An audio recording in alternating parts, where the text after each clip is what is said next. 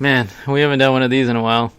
I think it's been a good 6 months, but welcome back to Chronicles on Tape, the podcast, season 2.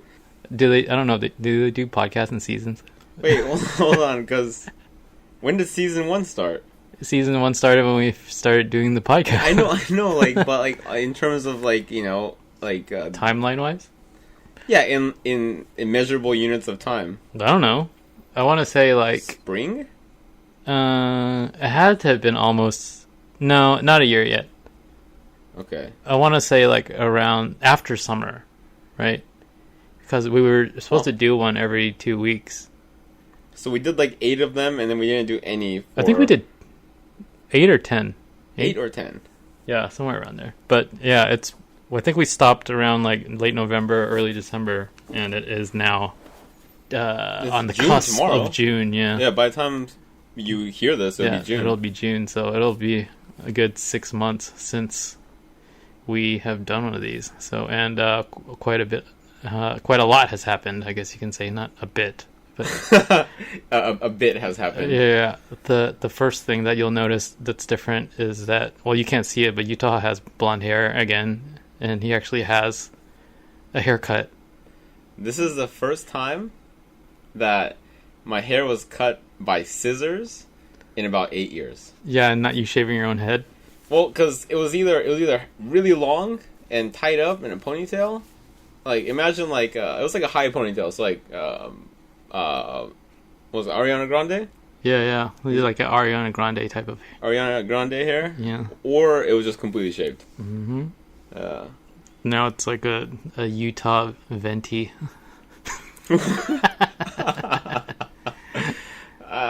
Yeah, I mean, compared to Ariana Grande, that's the only person in the world that I am larger than. Yeah.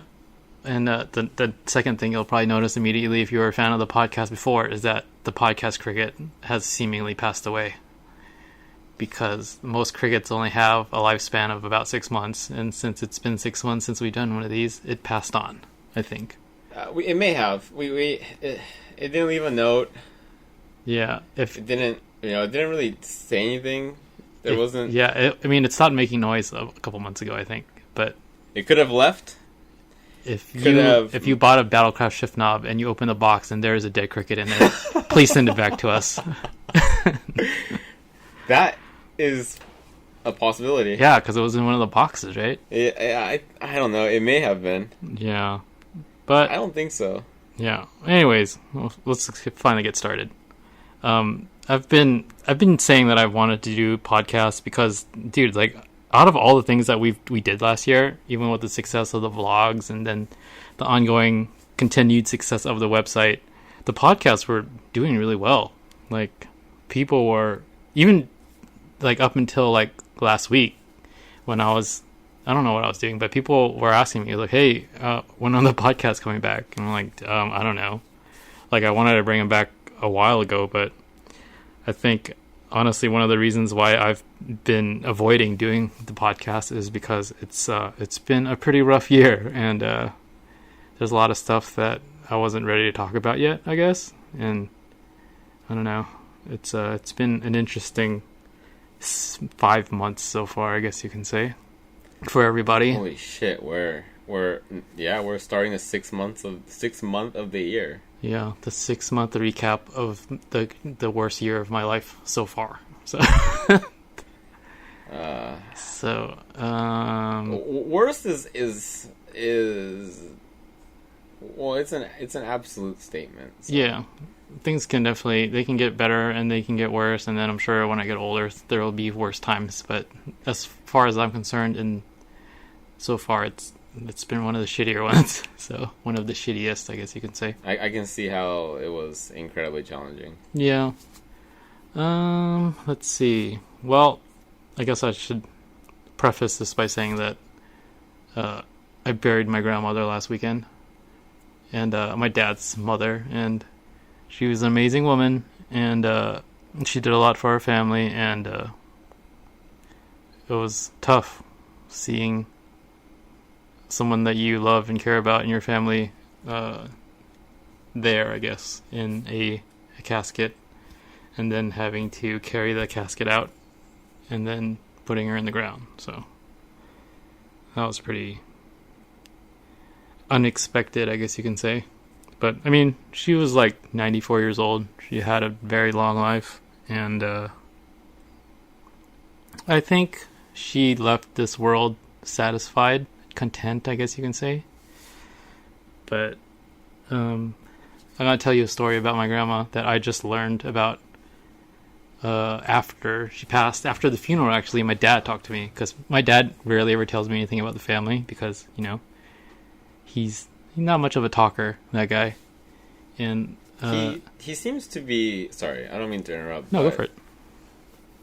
Like, well, it's you and I having a conversation, realistically, but I've met your father before. I know a good amount about him from hearing, you know, just because we work, you know, 8 feet away from each other on a daily basis. Yeah. But he seems like the kind of person who puts a lot of care into his actions. Mm-hmm. He's a very traditional, like, Chinese guy, you know, like, raised in that type of family system and dynamic where, you know, he doesn't speak a whole lot, but he does everything for his family type of thing, you know? Yeah. And the good thing about my dad is that he finally retired this year, which is great. So he has a chance to relax. But I guess if anyone's been going through things this year, my dad has also been going through a lot of it too. So, but about my grandma. So I found out from my dad that my grandma was like, let's see, she got, I mean, you know, traditional Chinese families, they get married pretty young, you know, and then they have kids pretty young.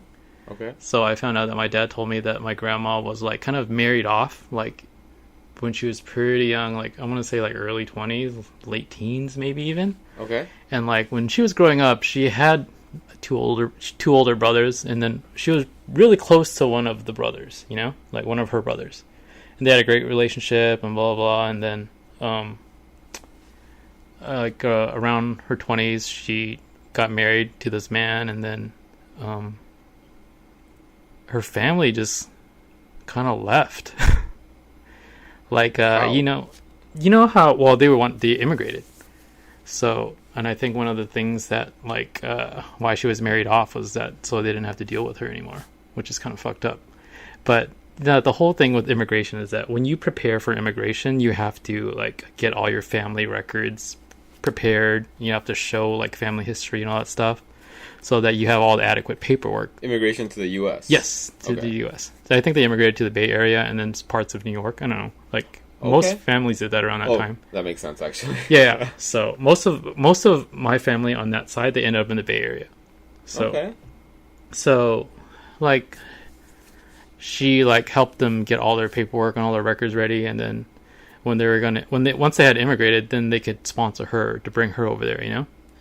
That was kind of the plan. That was the plan, yeah. Okay. But they married her off, so the whole family kind of immigrated, and they just kind of left her behind in wherever, China, Hong Kong, China, I believe. Oh, shit. And then, so she was just like, okay, well, married, just going to start a family and all this stuff, and then when I'm ready, then I can just immigrate to the U.S., you know? And then, so, I guess, like, eventually, one day, she just kind of calls her brother, and she was like, hey, do you still have all the paperwork for immigration stuff, you know? So that I can prepare to, like, make the move also, you know? And then I think her brother told her that he fucking burned the paperwork. Like, he just got rid of it. Like, that was the brother that she was really close with. Like, he just didn't give a shit. He just got rid of all the shit, and you're like, fuck you. You're not gonna... we don't want you to immigrate. Just stay there, you know? Huh. So, and then my grandma also had a sister that was, like, way younger than her. I want to say, like, 10, 15 years younger than her. And I actually met her randomly. I mean, not randomly, but at this funeral. Wait, so at this time, the younger sister was maybe in her teens? Like a child, yeah. Like a young child.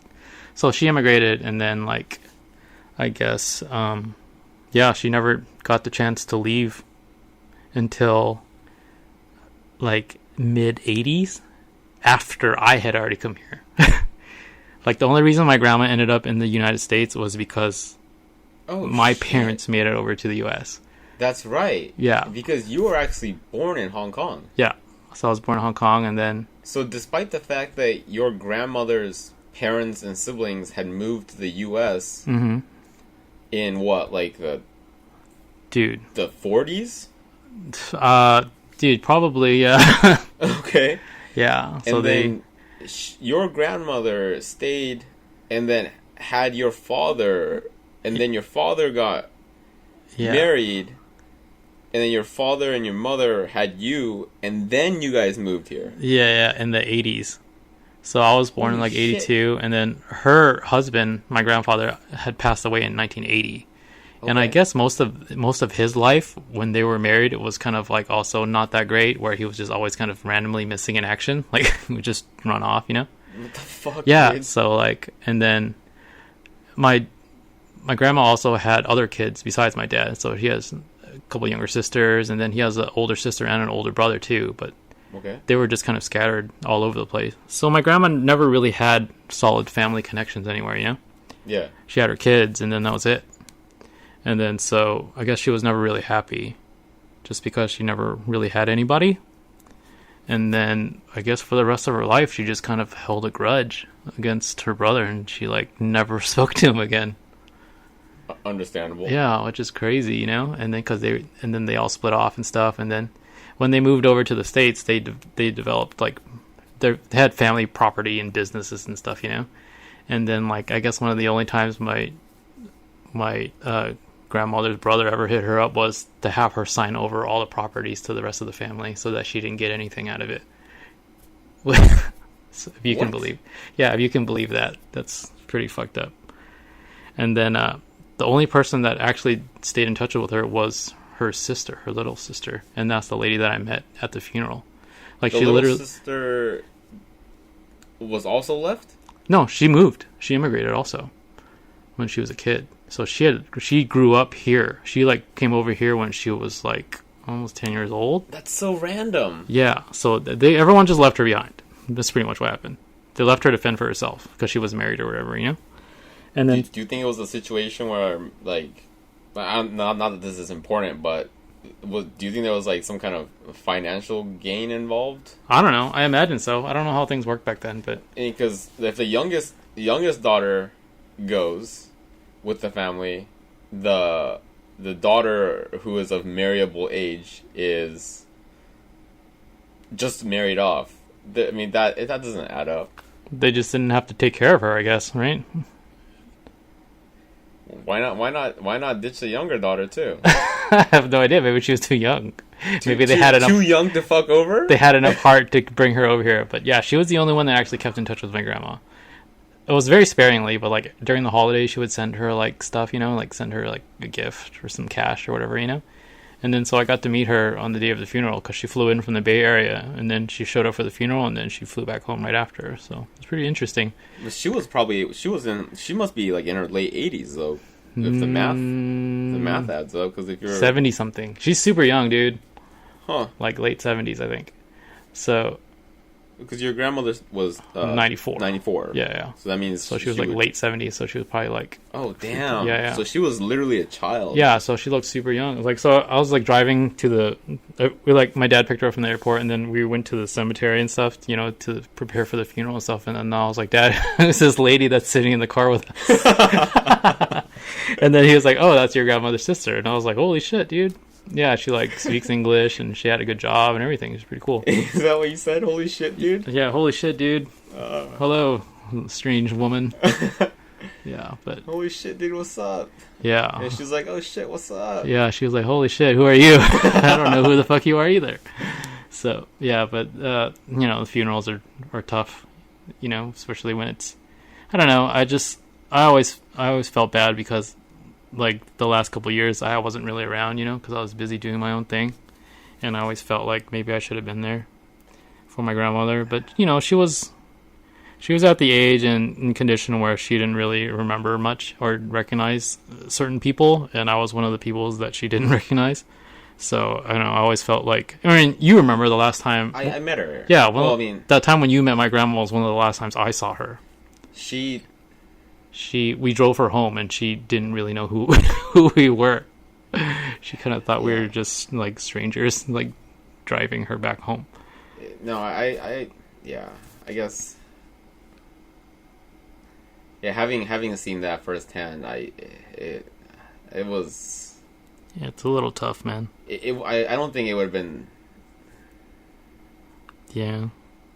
Maybe it would have made a difference Long term, to you maybe. and your emotional state, but I don't think she would have been able to comprehend it anyways. Yeah, I think maybe I just would have felt better about it if I was around more. But I love my family, but like the people that I consider family are like my mom and dad and my sister, and then everyone else, they're obviously family, but like we don't hang out, so.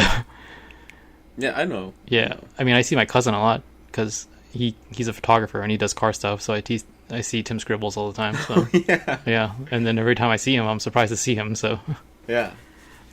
So I know. I don't think he even remembers me, but I follow him on Instagram. Yeah, but no, I'm pretty sure Tim Scribbles remembers you. Oh. My grandma actually had a huge part in raising him actually because when his parents were working, he was with her most of the time. So he and her were very close. So. Oh shit. Yeah, and then I got to see my sister at the funeral too, and I hadn't even seen my sister in 3 years or so. Can you believe that?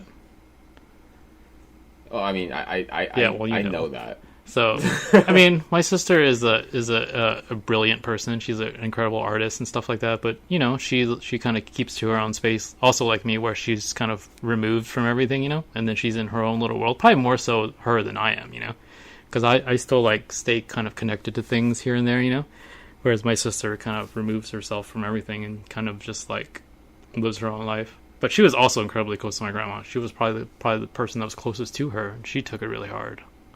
Yeah. So seeing her after 3 years and then reconnecting with her and then seeing her upset was, straining.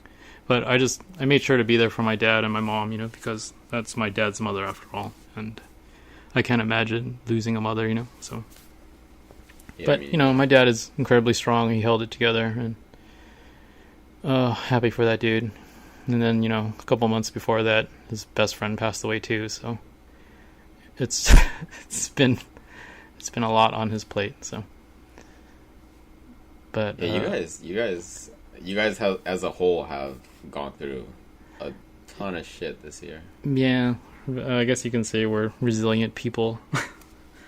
But, I don't know, if we can finally backtrack back to January, so, what happened in January? Oh, I went to Japan. Yep. Which was cool, And then, Japan was good this year because Durr finally got to go back, and then he hadn't been there in a while, and then, Robert and Yuri got to go back also, which was cool, And then, so it was nice being in Japan with them again, but you didn't go, because you didn't want to, or you didn't have the... necessarily want or just use the means to go, I guess. I mean, at that point, like I hadn't completed the first year of this business. Yeah. And it would have just been, I think, irresponsible on my end. I really did want to go. Yeah. But I think, yeah, I don't. I mean, you didn't miss that much, I guess. Yeah, no. It's not a matter of me missing or not, or what happened or what didn't happen or anything. But I think it's okay. Everybody will be there. When I do plan to go this year. Yeah. Sometime, and it's all good. Yeah, not much has changed. Yasu's busy with his business. His business is growing, which is great. Yeah. He's getting into the paint body thing along with building cars and stuff, so he's doing well. I mean, it's the same thing, just inverse, I guess. Yasu is usually in the U.S. way more often. Mm-hmm. And he's been, he hasn't been able to visit here that much for the past maybe year or so either, so. Yeah, he's been pretty busy. Like, we don't even hear from him that often now because he's so busy with stuff. Yeah. So. But I hung out with Yasu in January with, like, Salem and Durr, and then Robert and Yuri stayed for a couple days, but they didn't stay as long as we did. But I kind of, like, I'm only going to speak on this once. I'm not actually going to mention what happened, but something happened in Japan that was pretty bad, and then, like, I think it kind of, like, set the gears in motion for all the stupid shit that's been going on. But can't really talk about it, and I don't think we're ever going to talk about it again, but some bad shit happened over there. And I am kind of like one of those people that believes heavily in karma and like balance, and I think that perhaps I am dealing with the reverse side of the karma right now. But well, in terms of balance, yeah, I think that coincidentally or ironically enough, I don't believe in that. you don't. Well, yeah, At all. I mean, because you're kind of just run with the wind. I personally subscribe to the school of thought that you are in control of your own life, Yeah, but in the sense that you are responsible for your own actions, choices, 100%. Yeah, It's you and only you who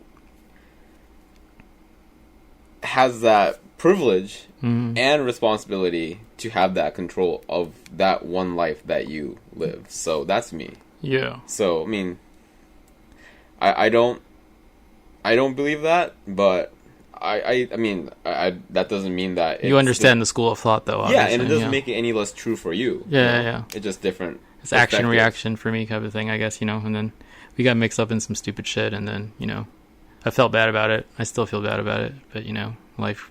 We have to move forward with it, so life goes on.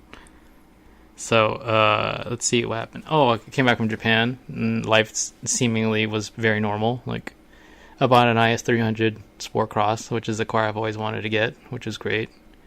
And then it was a very normal car that I told myself I wouldn't do anything to, but it's starting to become something different. Holy shit, you're right. You bought that car. Yeah, I bought it in January. Wow, you've had it for a while now. Yeah, I put like 10,000 miles on it already. What the fuck, dude?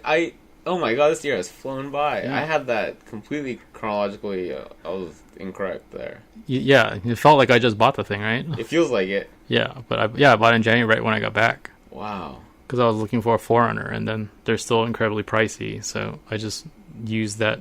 I found a good deal on a car that I always wanted, like my entire fucking life, so I popped up at the right time, so I bought it. Well, I mean, having spent a good amount of time near you, I remember you were talking about wanting one, maybe like, what, 5 years ago? Yeah, I always wanted an IS, but then like the wagon is just so quirky and appealing to me that I was just like, hey, if I ever find one that's like not $12,000, I'll buy it. Yeah, I remember periodically you would point some out like that were on sale on Craigslist and stuff. Yeah, and they're all like fucked up and salvaged or whatever, and then this one worked out. So I got that car, and then it's proven to be a very good car. Yeah, totally worth the investment. Yeah. So we'll see how that goes long term when I start doing dumb shit to it. But oh man, it's so funny. That's like, I think we live a very strange life in the sense that it's like well, if you've been wanting this car and like not quite saving up for it, but like waiting for the right time to buy it, and realistically, it's like a 17-year-old car. Yeah, right. Yeah. These are my means. Like, these are my dreams. Oh man, but I mean, I can totally relate. I'm in the same boat, man. It's the first car that I've ever owned that's in the 2000s. Think about that. Yeah, congratulations. Yeah, finally. I think I'm not quite there yet. Yeah. But yeah, so not long after that, the major thing happened, which was Tiffany getting into her accident. And that has, that has shaped my year so far, I think. That has shaped my year. Yeah, so... I mean, you guys that follow us on social media and stuff, and who have been following us, know what happened. Like it was a pretty bad accident. Like Tiffany was in a pretty bad wreck, and then she was in the hospital for like. Tiffany was a passenger. She was a passenger in a vehicle with some stupid idiot that was driving. And then it was like a normal car. It was like very normal car. Yes, like they weren't doing anything cool. They weren't doing anything cool at all. Just lack of just ability on the driver's end. Lack of understanding of how to drive, or having I don't know, the ability to move one's limbs in a proper fashion. Yeah. In order to operate a motor vehicle. Who the fuck knows? Yeah. So the accident happened, and then she lost 85% of her pancreas, severed one of the main arteries in her body, which like pumps blood to all her organs. So all her organs got kind of fucked up for a while. And that was internal. Internal injuries, yeah. So she was like, she woke up like after the accident, and then she like was in severe pain, and then she saw that her stomach was bulging, like, and she was like the worst pain she's ever felt, she said. So she like threw up all kinds of blood and stuff, and then eventually she made it to the hospital, and then she fractured her back, broke her arm. Oh, it's pretty bad. Let's just say that, you know. So she fractured her spine, right? Yeah, she broke her. She literally broke her back. Yeah. So, like the moment I found out about that, I went straight to the hospital. You were gone, because you were in San Jose. No, I was here. You were here? I remember that night. I remember that night here. Perfectly. I was working on that red car. You were here. Yeah, it seemed like a very normal night. I had just had dinner with her. It was super late, and when I pulled an all-nighter that day for whatever reason, or that night, and when I left the shop, it was like 7, and I don't know what the situation was. But you left at 7 in the morning. I left at 7 in the morning. Yeah, but and then you had left already. I had just left, I think, because I fell asleep here for like an hour. And then I was kind of like, it was kind of weird because usually you come into the back and you yell that you're leaving, and then yeah. I had a really bad feeling about what was going on, so I like kind of text, and then I called, and then I text Sarah because Sarah was with her, and then I never got a response back, and then so I remember driving home, and even I had like this weird, like super anxious feeling. Something just felt off, and like I don't know. I guess I'm contradicting myself here with in terms of, you know, the whole, you know, karma and the spiritual side of things, but something just felt super fucking off. I remember that because I remember getting home and calling my girlfriend at like 7 in the morning and trying to like get some kind of like familiarity back in my life, I guess, or something. I just couldn't sleep. It was fucking weird. It was a strange night, yeah. So, yeah, I woke up here.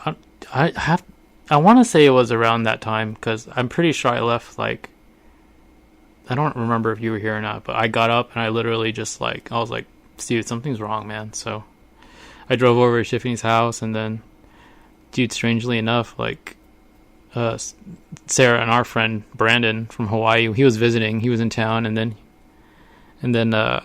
he popped out of the house, and I was like, what's up? And then he was like, are you on your way to the hospital? And I'm like, what? You know? And then he was just like, oh yeah, Tiffany was in a bad accident, and the doctors are saying that she might not make it. So I'm on my way back. And I was like, dude, get in the car. We're going to head over to the hospital right now, you know?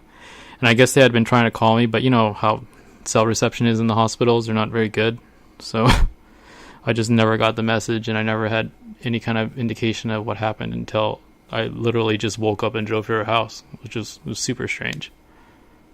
So, from that moment on, I was at the hospital every single day. And then, when did I tell you about it? Well, you texted me at like 2 p.m. That day. And I replied, but I didn't know what was going on. Mm-hmm. I just remember 3 days went by and I didn't do shit. I didn't know what was happening, but I came to the shop every day. Oh yeah, because I didn't really give you that many details, huh? Yeah, no, and that, which is fine, and I didn't know how to. I didn't know. I honestly. I mean, I don't. Like, to this day, I have no idea how I You don't always human correctly. Yeah, and so I just figured I'd just come to the shop every day, and just wait until you showed up, and then I could figure it out from there, which was 3 days after the accident. Oh yeah. But I literally just sat here. Like, I didn't work on my car. I don't think I did any actual work stuff that I was supposed to do. I didn't even come back here until like however many days later. Huh? 3 days after. That's because that's when I talked to you. Yeah. You popped up and we. Yeah. So yeah, I was there like morning noon, night every time, so just making sure that, I don't know, dude. I was just thinking back now, it's pretty rough, dude. No, you were legitimately there, like, 20 hours out of the day for that whole time. Yeah. Was it a month? A solid month, yeah. It was pretty much exactly a month that she was in there. So, like, my schedule was just, like, I would wake up, get ready, go to the hospital, stay there until, like, the morning, the next morning. I would leave, sleep for a few hours, wake up, and then repeat the routine until she got a little bit better, and then kind of rotated off with her parents. So her mom was there during the daytime taking care of her, and then I would kind of just be there at nighttime to watch her, So, I don't know, like, I don't think I've ever said this out loud, but I have, like, a lot of, like, repressed, like, emotions and feelings about that whole situation. And, like, that morning, when I found out that whole, like, scenario, I think about it every day still. And, I don't know what to do with it. Like, I don't know how to let it go. So you decided to speak about it? Yeah, maybe it'll be therapeutic and helpful, I don't know. It's shitty thinking back on, like, just being there and, like, that feeling of helplessness and not being able to do anything, And then just having to watch her go through all that stuff was very difficult, And I mean, even when you saw her for the first time after you went to the hospital, it's pretty rough too, right? So yeah, I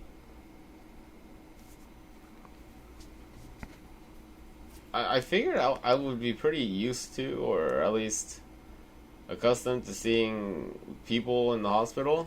Yeah. But and you've seen some pretty bad stuff too in your lifetime. Well, so. When I was younger. Yeah. But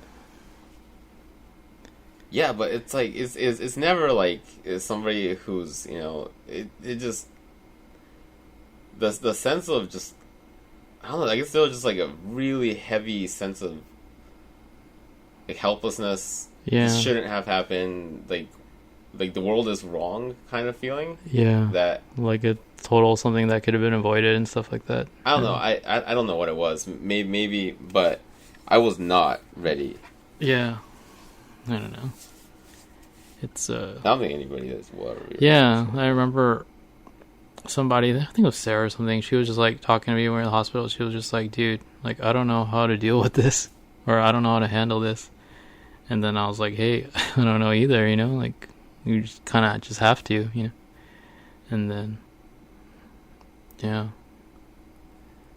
I guess I've always been like that type of person that's like, I always try to be there for people and like try to help people, like my friends and stuff. Well, like I've always been like that guy in the group that's kind of like the one that like helps people out and takes care of them and talks to them about stuff. And then I think when it comes to me dealing with my own stuff, I like don't know how to deal with it. So I don't know. That's something that obviously I've come to understand about you.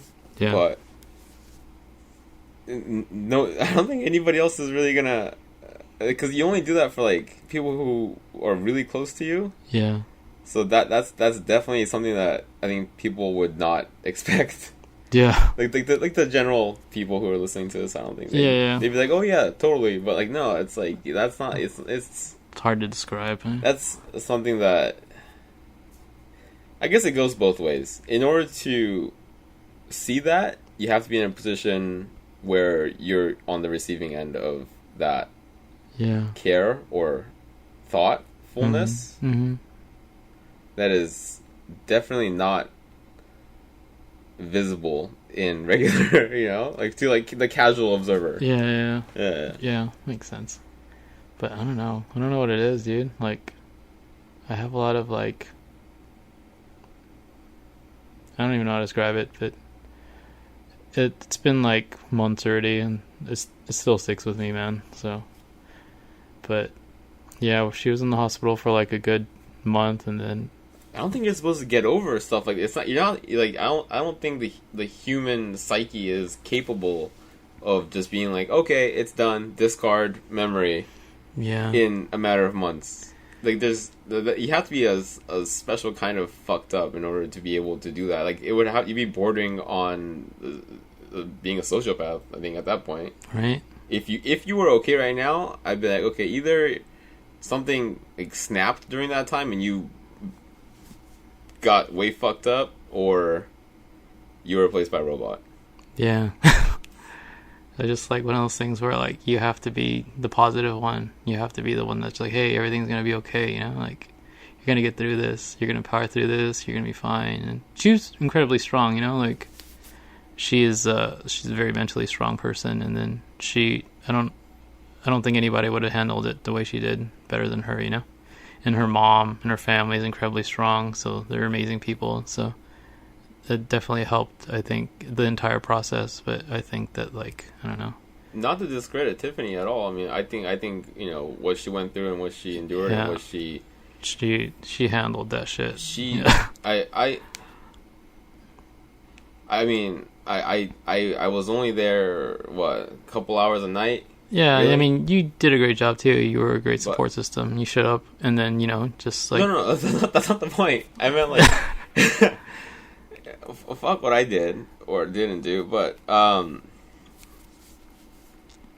I saw I saw somebody who was fighting very hard, and I admire her, you know, obviously it's like realistically she didn't really have a choice, but the thing is her attitude during that time was something that it was impressive. Yeah, that carried her through. Yeah, but she also had I was also equally impressed by the people around her, the support that she received, obviously from her mom was amazing, dude. Super strong lady. She never shed a tear. It was crazy. Who? Her mom. Yeah, her mom, and just crying my eyes out, and I was like, "Holy shit! How are you holding it together?" Yeah, it was. Yeah, I mean, but you know, whether or not things would have been different had she not had you and Sarah. And all her friends and stuff, yeah. That's not the point, but I honestly think that what she accomplished and overcame and during that time was, you know, it was impressive. But what was equally impressive to me, and what I think,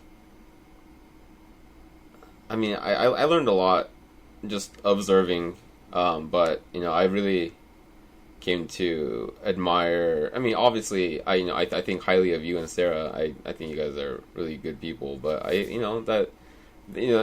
grew to a level of admiration too at that point. Thanks. Yeah, man. I mean, I guess it didn't really come to me as a surprise that you would be there for her. Like, legitimately, 24 hours a day, 7 days a week. But the amount of time that Sarah spent there with her was really impressive. Sarah's good people, man. I guess I don't know her nearly as well as I know you, but and then Tiffany's mom, who was driving like 2 hours to and from every day to see her every day, stuff like that. Just seeing that, I was like, I don't think I ever thought that Tiffany, you know, didn't have every possible form of support possible during that time by the people around her.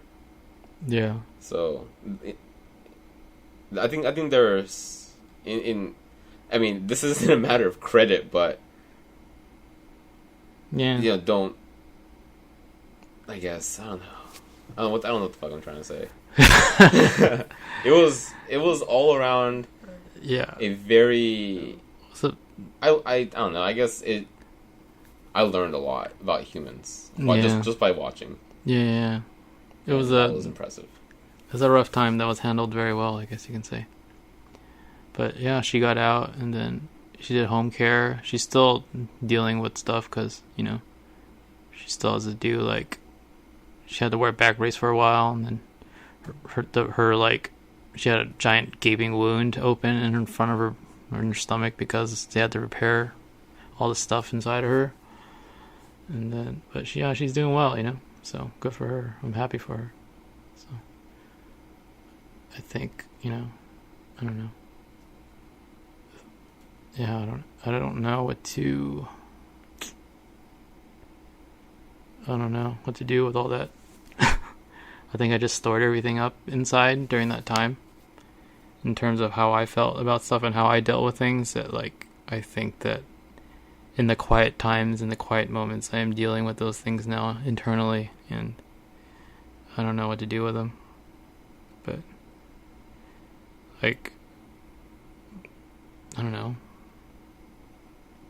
I sure as fuck don't know how to deal with stuff, so yeah, I don't know. I'm trying to figure it out. I'm like one of those people that kind of like takes pride in being like understanding and being a human. But I guess for myself, it's a little difficult to deal with.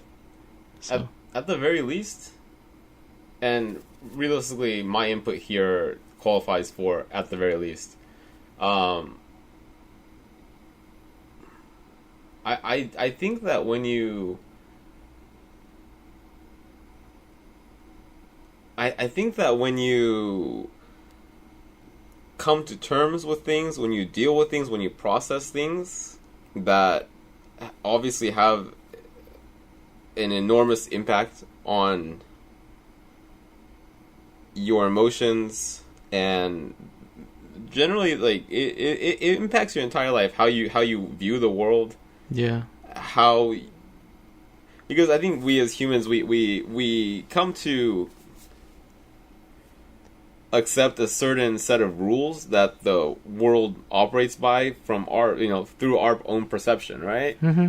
And when that's disturbed or completely fucked, I think it takes a lot to just process that. Yeah. But I do think that coming to terms with something includes and is mostly learning on your own how to process it. Yeah. And by understanding your own feelings and being able to process those feelings and bringing yourself to a place where you've learned how to do that, I think that's growth. Mm-hmm. That's how humans grow emotionally, intellectually, not just by aging, Yeah. Like, age doesn't mean shit. It's a matter of maturity, and that is how maturity is created. mm-hmm. So in that sense, I think your journey to coming to terms with everything that's happened is definitely going to take time, but that journey, I think, and learning how to come to terms with it is the most important part. Yeah. And this podcast was about cars at one point. It was. It's all. I mean, the podcasts have always been more about us, to be honest, because we provide plenty of car content. I think podcasts have always just been our way of just talking about life stuff, and our life just happened to be about cars. So, So, this is the most I've thought yeah. in a while.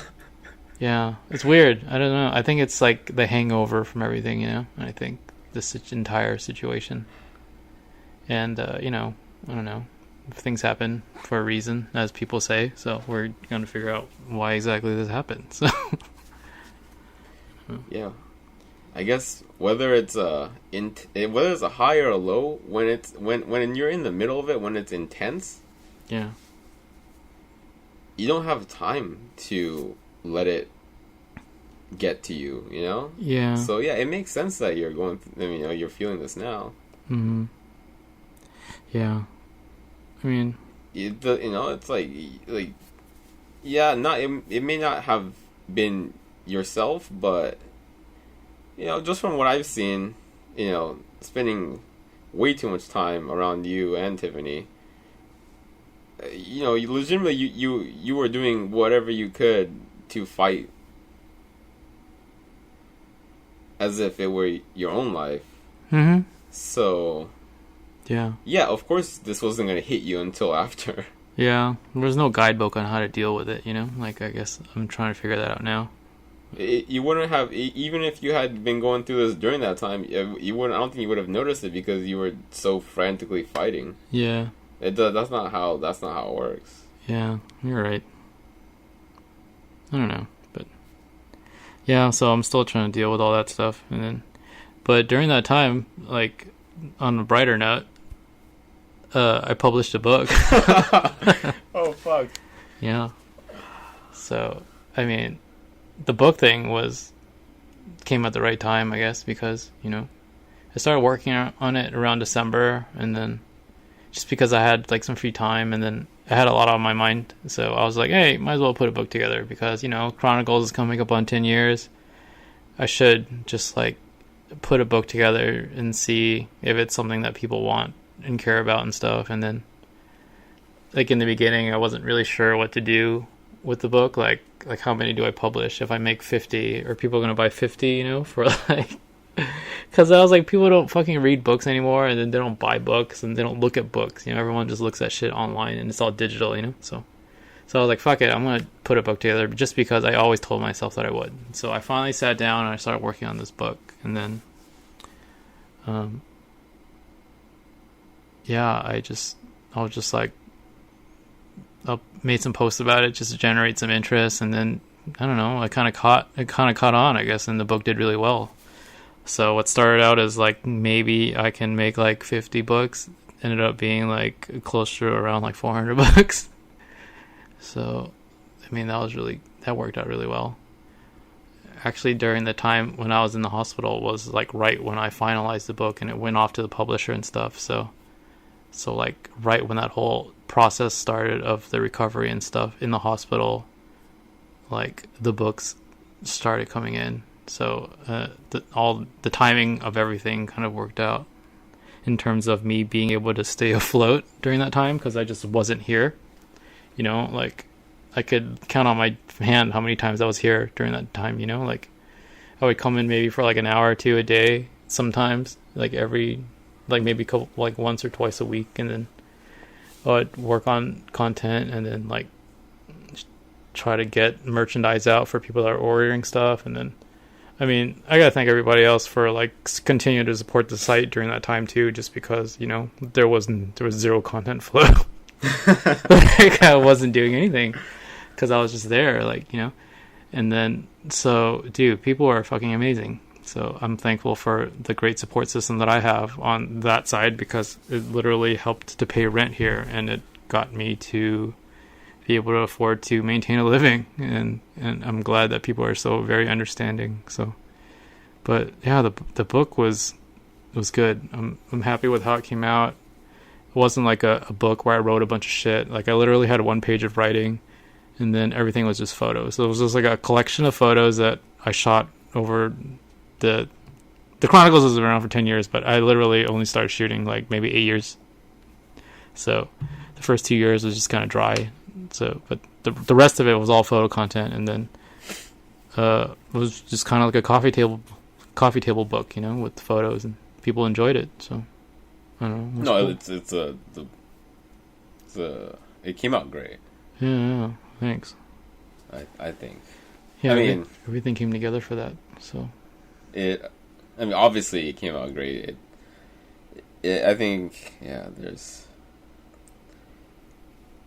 it was a book, and people apparently people buy books still, and people are very into books, and it's like kind of, I guess books have become kind of like a niche thing, like now that print's kind of dying, like when people do publish things that are like unique and independent of anything else, people are interested, so it's a relic. Yeah, it's just kind of like an interesting thing that people like to have. So I don't know, that was great. So that was like one positive thing that happened. I still don't know how the fuck we still like have the shop, to be honest. Yeah, dude, financially we're literally just doing the best we've ever done.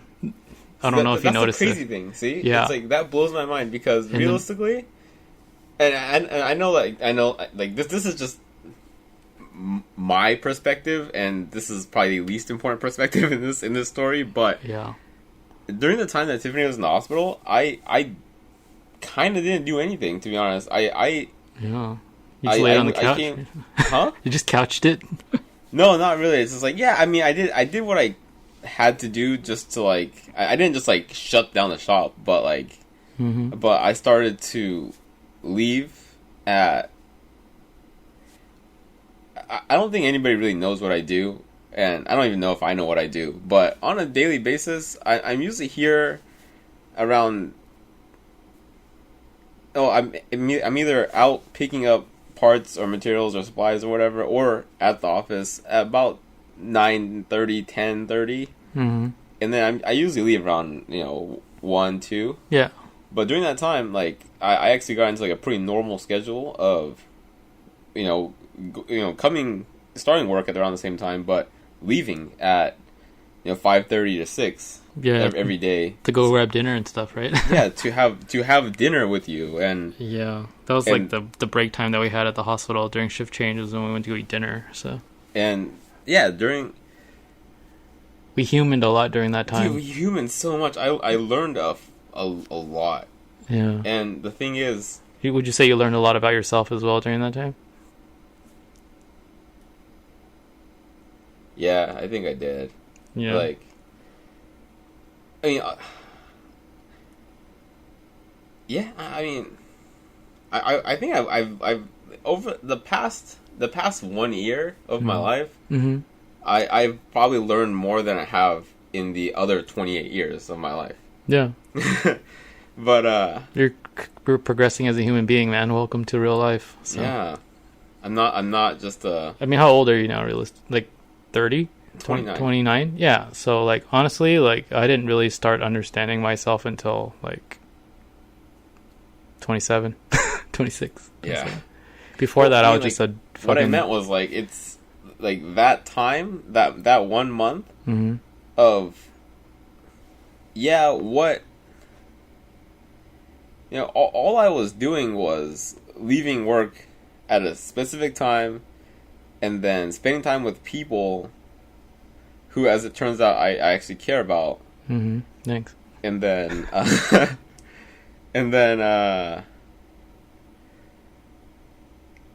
don't know. It's, and also having a lot of time to just think instead of just trying to just do and push and push and push. And yeah, at the end of that month, I was pretty much broke. Yeah. I was just like, I honestly, for a second there, I but I looking at it now, I think that almost, even for me as a very small part of the story, it like reset a lot of my life. Yeah, I was like, it was a huge reset for everybody, really. Like it was kind of like a wake up call in a lot of ways, in terms of just like understanding the human capacity and stuff. Yeah.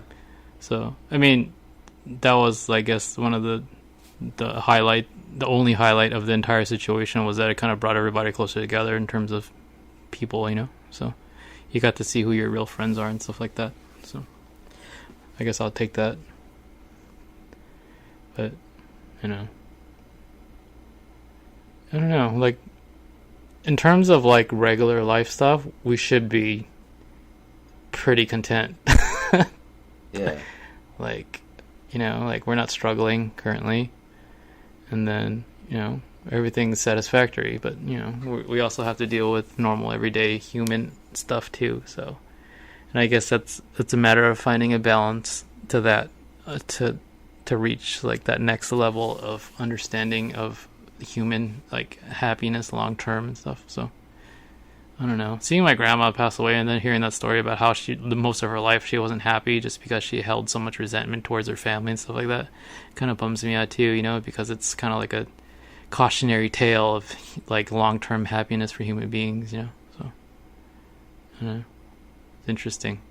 The human. Yeah. Yeah, and then Yeah, I don't know. That's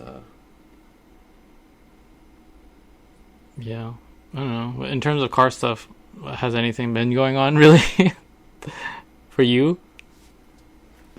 Kind of a lot, but we don't have to talk about that on this podcast. No, you can. I mean, during that period of time, did you work on anything? During that month that Tiffany was in the hospital? Mm-hmm. I mean, even the months after that, because I honestly didn't do that much afterwards either, because, I mean, I traveled and stuff like that, and I did the routine, like, Weekfest tour, like, I mean, routine in the nicest way possible. I really appreciate being on the tour and stuff, but, like, I did car shit still. Like, people that follow the site know that I'm still pushing out content despite all this, you know? So, but, what were you working on? Besides watching The Office?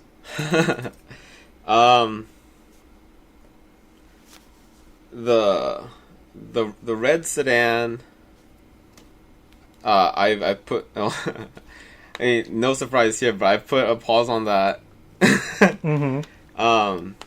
Yeah, because you're just burning yourself out. That's what happened.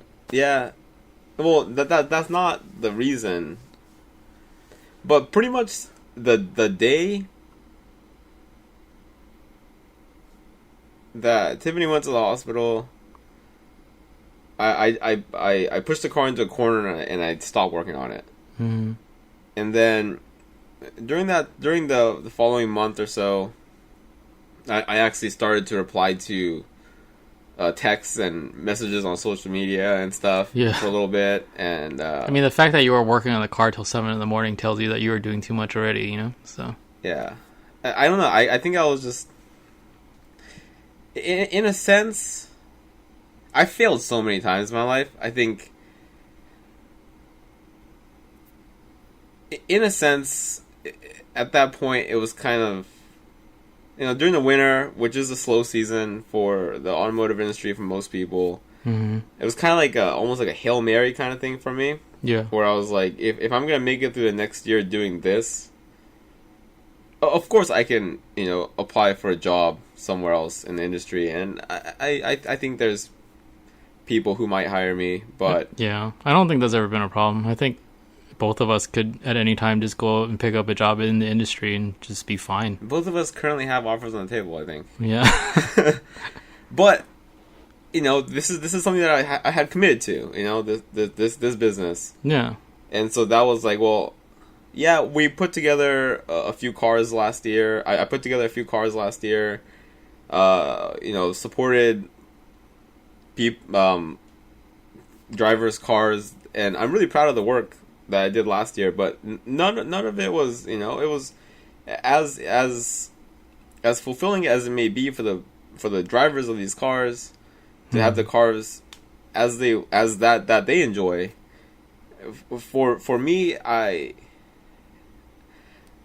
didn't think it was a I didn't see it as a true representation of what I thought was my ability in this very tiny niche part of the world of building Hondas. Yeah, I don't know. I think what you do is pretty cool and unique. So I think that's why I wanted to build that car. I wanted to build a car that was just everything that I think that I know. I wanted to put it in a car. Yeah, I think the community needs that kind of stuff. So, and then I got obsessed with it. Yeah, as you do. And I got desperate. You have an addictive personality. So, I do. Yeah, so you get addicted to doing things to cars like you do. Yeah. Or you did doing other stuff. And then you get burned out, and then you want to quit. And then when you quit, you find that you have to focus your attention on other things, and then you get locked into that too. And then it's kind of like a cycle, right? Yeah. So... Yeah, I mean, I got obsessed. And then things were taking me. I think it was almost manic. Like when you get to the points where you where we see each other every day and you don't talk just because you're so focused on working on stuff. It's kind of scary. I know, and I just have to find a balance because I don't like you being glued to the couch watching The Office all day either. You know. Well, I'm not doing that either. I did. I think I did that for like one day. Anyways, a week. So that whole car, I was like just desperate to get it done, and then I honestly don't know what would happen if like this didn't happen and it didn't pretty much force me to stop. Yeah. But during that time, since you asked, during that time, my friend Hui, who owns a EK, it's his first car. He's had it since he was like 16, and we used to drive together a lot. Blah blah blah. I had his car here, and he saw. I showed him pictures of what I was doing and stuff, and he was interested in me doing that to his car too, and that kind of snowballed into this crazy thing where I'm actually, in every sense of the word, building his car to what I think is, it's I guess, to the greatest potential of that car within my limited abilities. But it will be so during the time that, I think it was during the time that Tiffany was in the hospital, is when Hui and I started talking a lot about it, and kind of started the process of hey, this is gonna be like, it's gonna be expensive, and him looking over his finances and me figuring out all the logistics and sourcing all the parts and stuff, and also setting a schedule for my labor on that car. And because that happened, and because realistically his car and his involvement, him and I working on a car together with his financial backing, will allow this car to actually be much greater than that car that I was trying to put together. Yeah, on a limited budget. And simply just throwing time and unreasonable amounts of energy at it. Yeah, and random ideas. So that's why I paused that, is to concentrate. If I'm building a car, it's gonna, for now, I'm not gonna touch mine until Hui's is done, because there's a paying customer. There's kind of. It's the fact that he's paying for the parts means that it has a greater potential than me paying for parts. Because he's a smart kid, and he's not a kid. He's a couple years younger than me, but he was a kid when I met him, so he's always gonna be a kid to me. Yeah. But yeah, he's a smart kid, and and right now he finally got like a well-paying job, and he finally wants to build his first car to what he always kind of envisioned it to be, and at the same time he's letting me use his car and backing his own car financially to be a representation of what I'm capable of. Yeah. So yeah, I'm actually really glad that I stopped working on my car and had the opportunity to talk to him about his car, and in a state of mind where I wasn't fucking exhausted. Yeah. And so I could look more into the future than just being sick of my current state. Yeah. Yeah. So so that's why I paused that, and so his car is priority right now. A lot of other things regarding cars has happened, but I think that's the biggest one for me right now. Yeah, it seems like you're doing pretty well, so there's no complaints over here, like you're like working on stuff. Yeah. You're like, Battlecraft stuff's doing really well. It's doing well. Yeah, actually. See, yeah, it's doing pretty well, and then like you're like taking time out of the shop to go visit the significant other, which is great, and then you're like finding times to have gaps of relaxation so you don't burn yourself out, which is amazing. So it's good. Yeah, I took a week off. Yeah, you took more than a week off, right? Well, I sandwiched that week within 2 weekends, which one of the weekends which happened to be Memorial Day. So yeah, so that's good. So I took a week off. Yeah, I took a week off of work. I think that was the first legitimate like disconnect from everything week in I don't know how many years. Yeah, I think it's important to find that balance whenever you can to escape from here. Between being human with everybody involved with Tiffany's recovery and the fact that my girlfriend is incredibly supportive. I think I'm almost like human. Yeah. Now you're getting there. I've learned so much. Yeah. This has been a very developmental year for you. In a very strange way, I think I've learned just as much as anybody else. Yeah. I mean, I don't know. I think the thing that bothers me the most is that, like, I think growing up, anything that I've ever really put everything I have into, like, it's always worked out. Like, I've always been successful. I've only failed at, like, two things. Maybe more than that now, but I failed at I failed at relationships and I failed at school. School was never my thing, and then the relationships, maybe they just weren't right, So, but what am I trying to say? Oh yeah, I think the whole situation now is that I don't really know like how to deal with any of this stuff, and it bothers me because Well, it's been how long? 4 months. Is that too soon? I don't know. Yeah, dude. I mean, think about it. How long did you work on your career? I guess. Yeah, I guess you can call it that your now. career as a photographer for print media. How long did you work on the Chronicles before you considered it a success? Years. Yeah.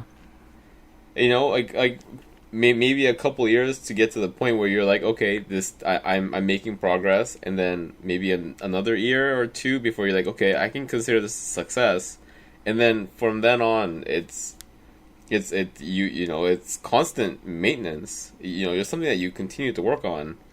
Yeah, I guess with that stuff, you see material success and like results, whereas dealing with life stuff, you don't always understand the meaning of things, or you don't see results right away. And so it's like, but it's all based on how you feel about it. So therefore, by learning more about your feelings, understanding your feelings, where it comes from, where it can go, where you, if you can change it in any way. And by doing that, I think that is directly correlated to solving itself, right? It's because you're by understanding your feelings, that's how you're able to change them or to accept them. And yeah, I mean, because realistically, maybe during the course of you figuring it out, you realize that this is something that you don't want to change. Maybe this is how you're going to feel, but you come to accept it, and in that sense, maybe it doesn't become a negative thing at that point. Yeah. So it's not a matter. Obviously, it's not directly relatable to your work, because who you are outside of work and how you feel and how events in your life, especially with people that you care about, how that affects you, that isn't work, so it's not gonna, you don't progress in that in the same way that you would.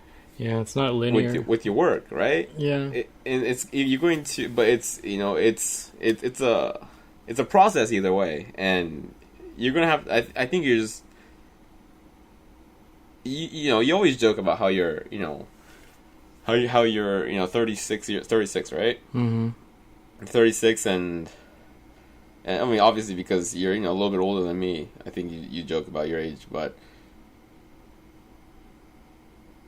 you're still pretty young, dude. Like you're not supposed to be able to figure this shit out immediately. That like I don't know if anybody, like regardless of age, experience, maturity, would be able to deal with what happened this year and be okay with it.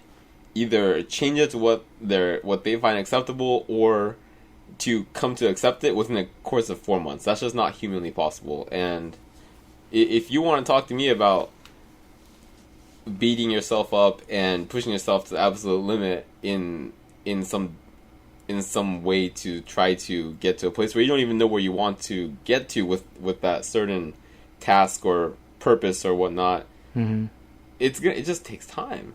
Yeah. Right? Yeah. I think I'm just maybe like drained, I guess you can say, emotionally worn out. Yeah, no shit, dude. Yeah. Like I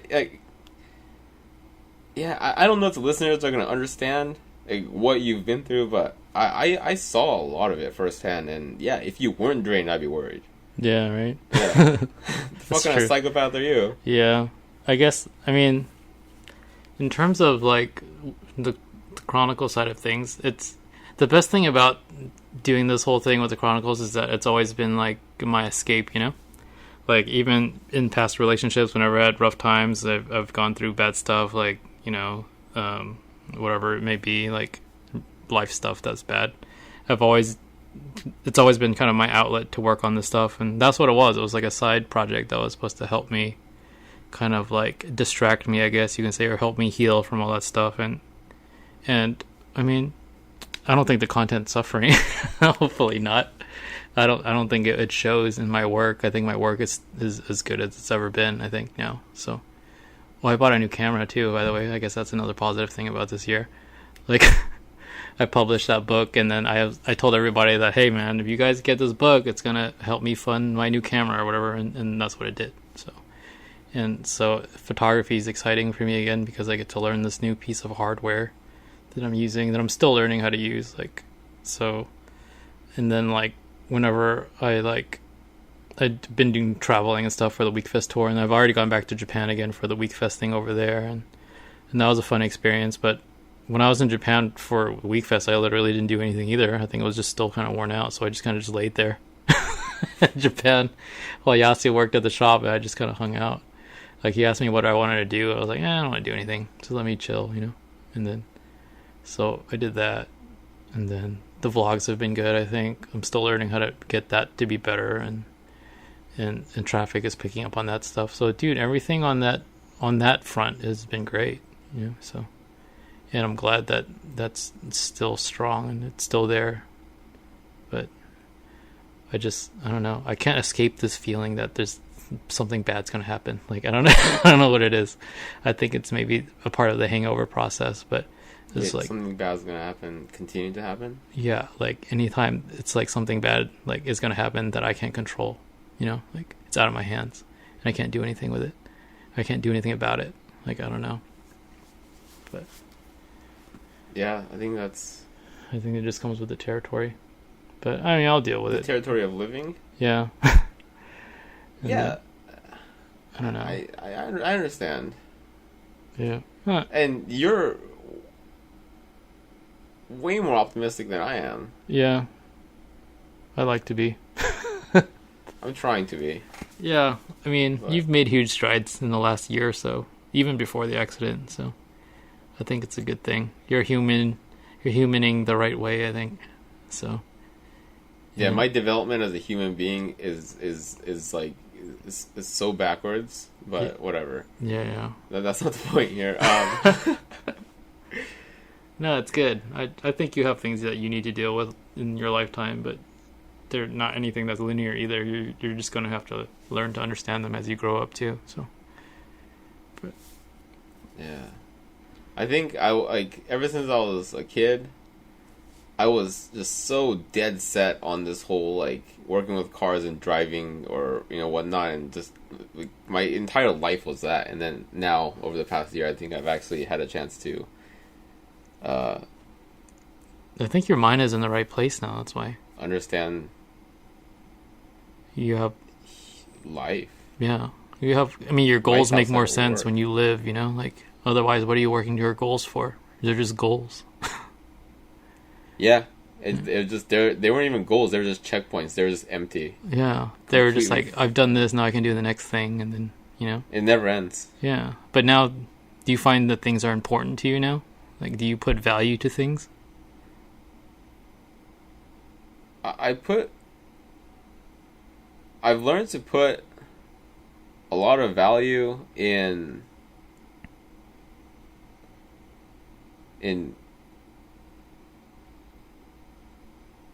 still not many, but a couple people, I think. That's good. And all you need is a couple. Don't put value into too many people. Cause no, I won't. I won't. No. Fuck you over. Just because I'm learning how to do that doesn't mean I haven't. Yeah. I still don't have the experiences of my life. Yeah. You know? So yeah, no, fuck no. No, maybe 3 or 4, you know, in my lifetime, but no. Yeah. But you know, for the people that I do care about, I think I am. Yeah, you're doing right by them. Yeah. Or something, I don't know. You know, and maybe I'm starting to even consider the idea that, you know, it's okay that to start, I guess, maybe adding myself to that list too. So we'll see. Yeah. What else has been going on? Anything noteworthy other than terrible things? Anything noteworthy other than terrible things? The WeekFest tour is going to be great. It's coming up soon in about a month or so because, you know, it's also the 10-year anniversary of WeekFest, so they're doing some huge things for LA. So LA, they're going to do Convention Center this year instead of doing Long Beach. San Jose is right before San Jose LA. is like the week. I want to say it's back-to-back, dude, but that's going to be interesting. It's like right before, right? I think so. And then there's not much stuff going on in June. So maybe we'll finally do that Chronicles and coffee idea thing that I wanted to do. I'm actually looking forward to that. Yeah, so since we have some time in June, maybe we can focus on that. Get a meet going over here and hanging out with people, because I haven't seen people in a while. And then... Oh, I blew the engine in my sedan. Yeah. And how did you do that? I was trying to keep up with some really fast kids in the mountain. Man, like these kids, I guess they're not kids either. They're a few years younger than me, but I went up one night and it's been a while since I've driven in the mountains, or as the kids down here call it, the canyons. Mm-hmm.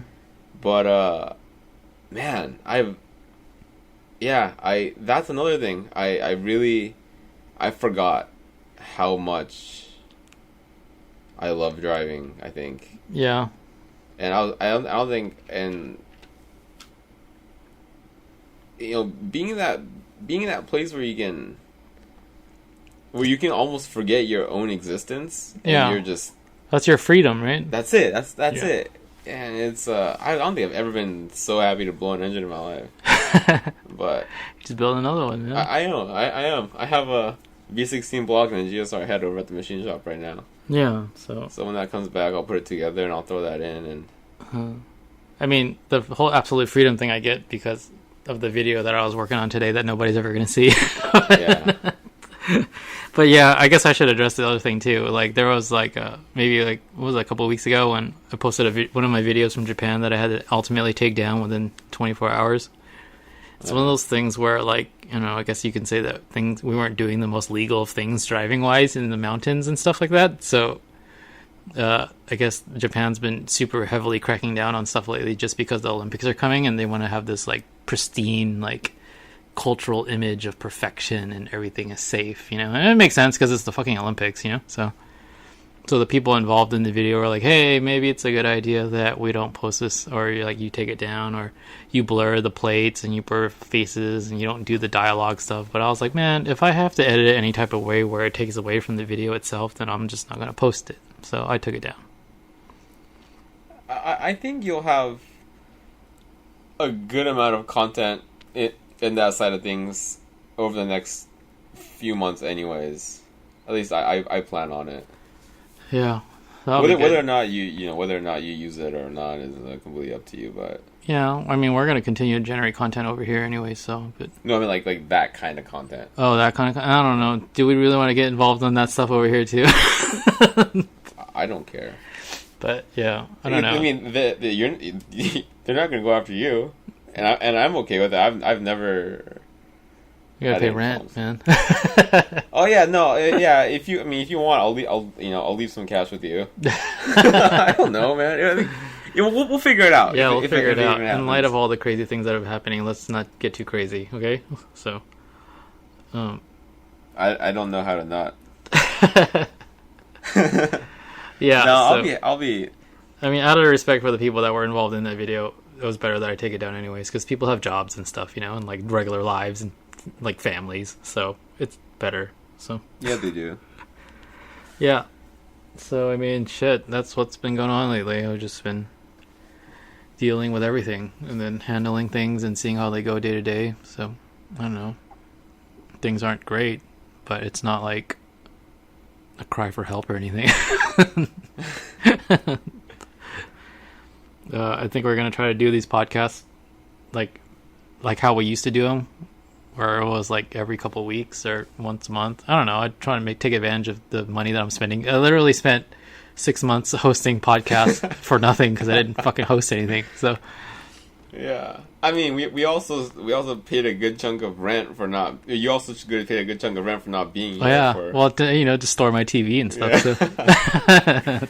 And I appreciate it because I had a place to be. So yeah, so I mean, it helps. Yeah, I think it would take somebody especially ignorant to perceive this discussion about what's going on in your life as a cry for help. Yeah. Or somebody extremely pessimistic. Yeah, shit happened. It's tough to deal with. Mm-hmm. You're getting through it. We're just talking about it. Yeah, and people want to know what the fuck's going on, so... Yeah, that's what the fuck is going on. I mean, there's nothing else to podcast about, because these are the things that are going on, so...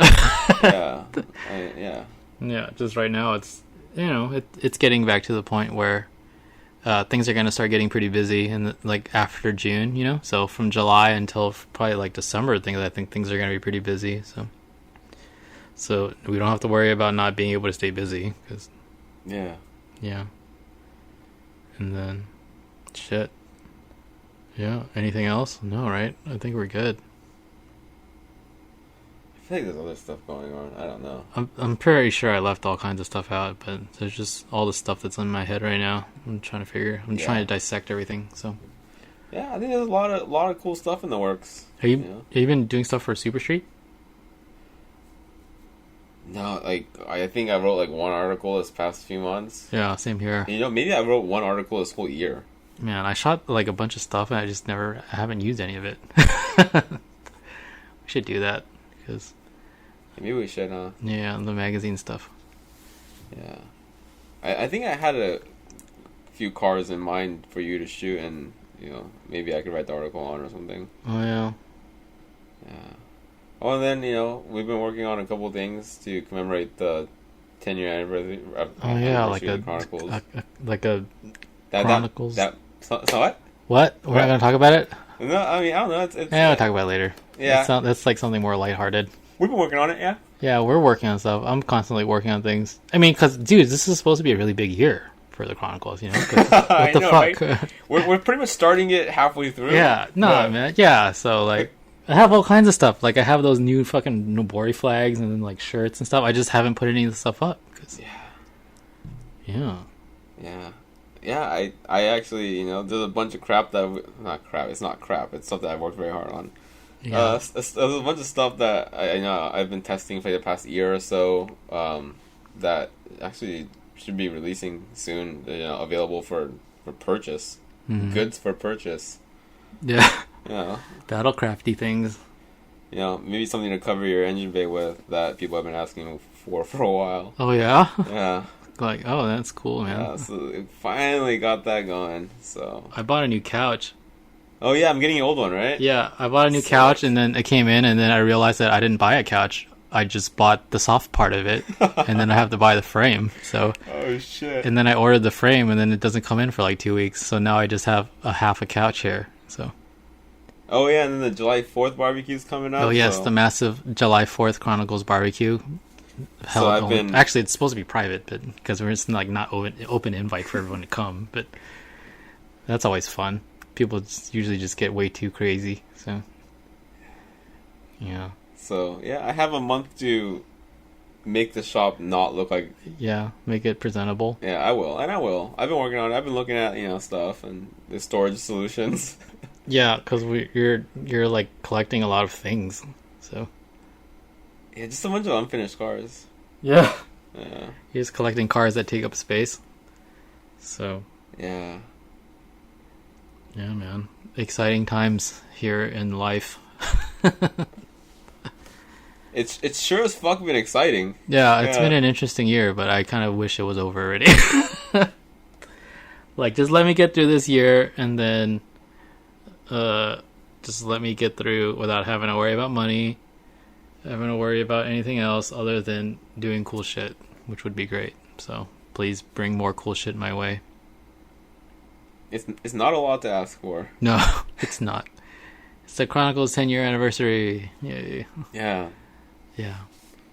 I really want to get back on this epilogues thing where I'm writing about people that are important to me. Can you please, dude? Like, it's... There's not enough time. There's not enough hours in the day, dude. And the thing is, like, it's not like, I mean, obviously, because this is the first time, I've never brought this up to you. It's like, hey, man, can you, like, write more articles that I can read? Yeah. Or nothing like that. Well, I'm starting to do magazine stuff again, too, which is cool, because I hadn't done that in a whole year, so. But, magazine stuff is cool, I guess. Yeah. But your epilogue stuff was, like... Passion projects over everything, man, you know? Well, that, to me, that... Like, yeah, that was big, man. Like, that was I really enjoyed, like, it's really like it's a game changer that's gonna take some time to catch on. Okay, so just give it some time. I can't speak for anybody else, but yeah, I in my opinion, that was some of your best work. That probably has been your best work writing wise. In terms of, yeah, I would say so too. I really like writing that stuff just because it comes off so naturally, you know. So yeah. You don't have to force yourself to write about stuff that may not be so personally. Yeah, it's been very personal, so I guess exciting to you. Yeah, because it's one is work and the other is literally just passion. Mm-hmm. Hey, I'm all about passion projects, man. You know, so. I know. I guess so am I, right? Did I tell you that I started working on volume 2 already of the book? Oh. Yeah, but it's not going to be done until 2019. That's my deadline. Okay. It's going to be the same time next year. But I will try to actually finish a car so you can get a photograph in that book. Yeah, a photo of one of your projects instead of just you in the book. Was I in the book? Yeah. It's a picture of you and Yasu together. Oh yeah, the one that was hanging up in his bathroom. Yeah. It's so weird. It's a great photo. To my credit. Yeah, it was. It's a photo of 2 little Japanese dudes hanging up in Yasu's bathroom in Japan, so. Yeah. So that we don't get any misunderstandings here. There's a lot of photos in his bathroom. Yeah, it's not just that one, and it's not life size. He also has like a bunch of Hot Wheels hanging in his bathroom too. Yeah. So when you're taking a shit, at any point something can fall on you. Yeah. Whether it be a photo of 2 Japanese dudes or a bunch of toys. So I always thought he bought toys for his kid, but he just buys toys for himself to put in the bathroom. So.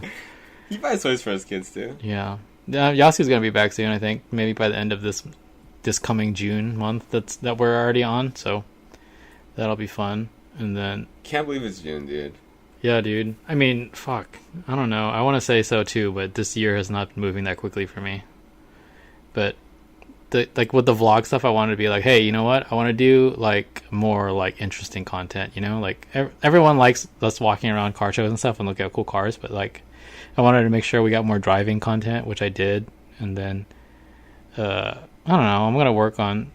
I'm working on new stuff. The color grading thing I want to improve on, which I think I'm figuring out now. So that's going to be better. And then people are starting to subscribe finally. Yeah. Yeah, because for the first time you actually mentioned that you can subscribe. Yeah. You have to remind people. When I posted, like, it was like one of those rare times where I talk in front of the camera, you know, and then all people posted were like, oh my god, you look so tired. Like, well, what the fuck do you expect? Of course I'm tired. Like, what the fuck? Like, I'm tired as fuck, dude. I'm so drained. Yeah. Like, I can hear it in my voice right now. I feel like fucking drained, dude. But everything other than that, shit, man, it's going okay. It's going smoothly. As smoothly as it can be, you know. We're working on things, so hopefully there's more of these podcasts coming, because I'm sure there's plenty more to talk about plenty of more positive, fun things to talk about. But I just wanted to keep everybody up to date on what's been going on and why we haven't done any podcasts, just because everything just seems like it's been so heavy that I don't always want to talk about things. And like, I would like to talk about it with just my friends, but I feel like sometimes I even thought about doing a podcast by myself. That's how fucked up this whole situation is. Like, I was just like, I'm just going to get on the mic and talk for like 2 hours by myself. Dude. But then it's going to be like, and people are like, yeah, you're just talking to yourself. It's weird. Yeah. I will make an effort to at least make sure you don't have to ever do that. Yeah, no, I wasn't going to, but I don't know. I really think it's therapeutic to talk about things and to communicate. It is. So, yeah. It really, really fucking is. Yeah, I don't know. There's ongoing situations of things that I'm figuring out still, but rest assured, I will figure them out. So. Yeah, and I know this is, this podcast technically falls into the category of entertainment for, the listeners. Mm-hmm. But, maybe, somebody will be able to relate, and this, you never know, it could help somebody else too. I mean, everybody goes through stuff, right? Yeah. Like, I'm sure there's other people in this world that are having way worse years than I am, I'm just talking about my own personal experiences. Well, once again, worse isn't really, a measurable thing. Yeah. But, it's just bad, people going through bad times, hard times, challenges, regardless of what it is. Mm-hmm. And then the recovery process is a long one for Tiffany. She's still dealing with that stuff, and then letting her do her thing right now, and then, I'm doing my thing. So we'll let her, she needs time to figure things out too, so I'm happy for her. I'm happy that she's doing well in her recovery, so we'll see how that goes. In my opinion, you've done your part, and I can't imagine you or anybody else having been any more supportive. So yeah, yeah, not that you need any reassurance. Reassurance. Yeah, from my end, but from as a semi-casual, somewhat fairly involved observer, that is my, I guess, that's how I see it. Mm-hmm.